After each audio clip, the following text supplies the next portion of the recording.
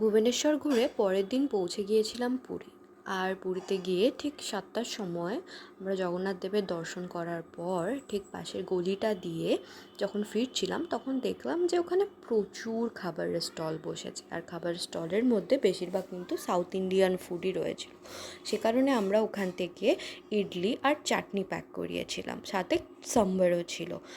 আর জগন্নাথ মন্দিরে আনন্দবাজারে যে প্রসাদ পাওয়া যায় অন্নপ্রসাদ, সেটা কিন্তু অত্যন্ত সুন্দর, মানে আলাদাই খেতে।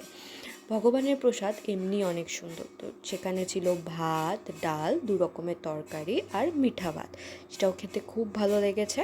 আর যারা মন্দিরের প্রসাদ নিতে চাও, আমরা যেমন নিয়েছিলাম, একটি সরকারি জায়গা রয়েছে, সেখানে তোমরা ইচ্ছে মতো ডোনেট করে সেখানে কিন্তু প্রসাদ পেয়ে যেতে পারো। তোমাদের সাথে সাথে দেবে না, তোমরা যদি পান্ডার থ্রু দিয়ে পুজো দাও তাহলে সেই পান্ডা কিন্তু তোমাদের হোটেলে এসে পৌঁছে দেবে, এই ব্যবস্থাই রয়েছে পুরোপুরিতে।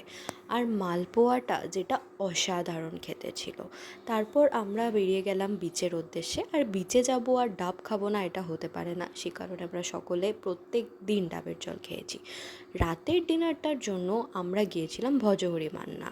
আর আমাদের খাবারে ছিল পোলাও, ছানার ডালনা, রুটি আর সাথে চিকেন ডাক বাংলো, যেটা ওনারা সাজেস্ট করেছিলেন আমাদেরকে যে তোমরা এটা নিতে পারো পোলাওয়ের সাথে। Thank you for watching.